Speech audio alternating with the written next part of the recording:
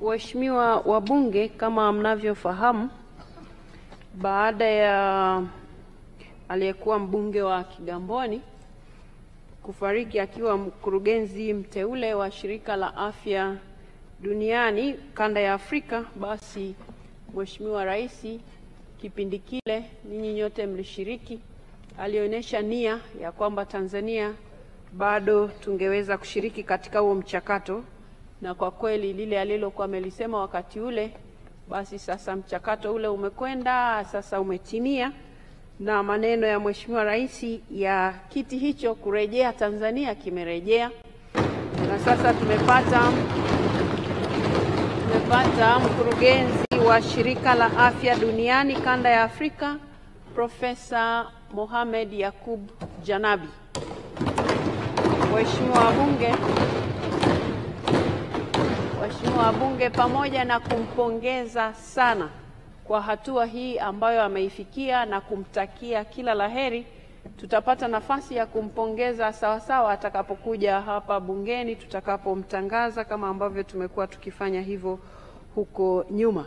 Lakini kipekee kabisa ni shukuru timu yote ikiongozwa na Mheshimiwa Waziri wetu, Mheshimiwa Waziri wa Afya, Mheshimiwa Jenista Mhagama, na wote kwa kweli waliohusika, lakini pia waziri wetu wa mambo ya nje na ushirikiano wa Afrika Mashariki, na wote kwa kweli, wote na Watanzania wote, kwa sababu wengi walishiriki kwa hali, wengi walishiriki kwa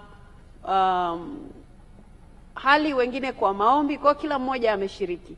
Lakini hawa viongozi nimewataja kwa sehemu tu ili tuone kwamba wote kwa kweli tumeshiriki. Wako wengine waliungana naye Mheshimiwa Rais katika kusafiri na Mheshimiwa Profesa Janabi kwenda kwenye kampeni kwenye nchi mbalimbali. Kwa hiyo hao nao tunawashukuru. Lakini wengi mlifanya maombi ili jambo hili liende sawa sawa, asanteni sana. Lakini sasa waheshimiwa wabunge, hapa nimemtaja Mheshimiwa Rais, na yeye tutumie fursa hii kama Watanzania kumshukuru sana kwa nguvu aliyoweka katika kuhakikisha kiti hiki kinarejea Tanzania kwa mara ya pili. Kwa tunampongeza sana Mheshimiwa Dr. Samia Suluhu Hassan kwa hatua hii, lakini pia tunamshukuru sana kwa kujitoa kwake yeye binafsi. Wengi wetu tulipata, hata yeye mwenyewe ilibidi aseme maneno ya kwamba jamani, mimi namuunga mkono, huyu ni kijana wangu.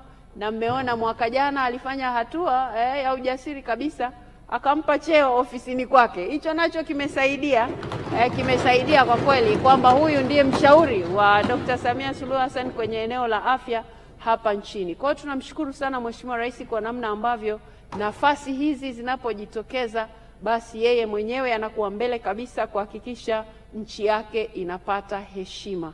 Tunamshukuru sana kwa kazi hiyo. Na waheshimiwa wabunge, naamini siku tutakapokuwa tukisikiliza hapa hotuba ambayo itakuwa inaletwa na Mheshimiwa Waziri wa Mambo ya Nje na Ushirikiano wa Afrika Mashariki, naamini tutapata pengine orodha hapo ya kuonyesha nafasi mbalimbali ambazo zimepatikana katika kipindi hiki Dr. Samia Suluhu Hassan akiwa rais, kwa sababu ya mahusiano aliyoweka vizuri kabisa kimataifa, kushirikiana na serikali za nchi nyingine, lakini kushirikiana na marais wenzie, basi inaturahisishia vyeo hivi kuendelea kuja hapa nchini. Na nimesema kwamba atatutajia Mheshimiwa Waziri, kwa sababu hata mimi ningeanza kuorodhesha hapa sina uhakika nitavipata vyote, lakini kwa sababu tunayempongeza hapa yuko kwenye eneo la afya, Profesa Janabi. Lakini hapo Muhimbili miezi michache iliyopita pametoa pia mkurugenzi wa masuala ya tiba ama inaitwa afya kule Umoja wa Afrika AU, inaongozwa na Mtanzania pia. Kwa hiyo tunafanya vizuri, na nirejee tena kauli yangu ya kwamba tusijidharau. Watanzania tunafanya vizuri, na haya yote yanaendelea kupatikana si kwa bahati mbaya, yanapatikana kwa sababu ya mambo mazuri yanayofanyika hapa nchini, ikiwa ni pamoja na eneo la utawala bora. Kwa hiyo mlishike hilo. Nimesikia kicheko kimetoka mahali, lakini ndio hivyo. Yaani kwamba tuko vizuri kwenye utawala bora, ndio maana watu wetu wanaaminiwa kwenye hayo maeneo ambayo wanaweza kuongoza sehemu nyingine pia.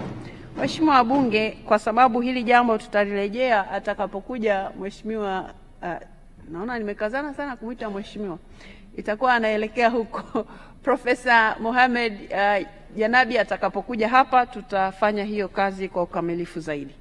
Mheshimiwa wabunge,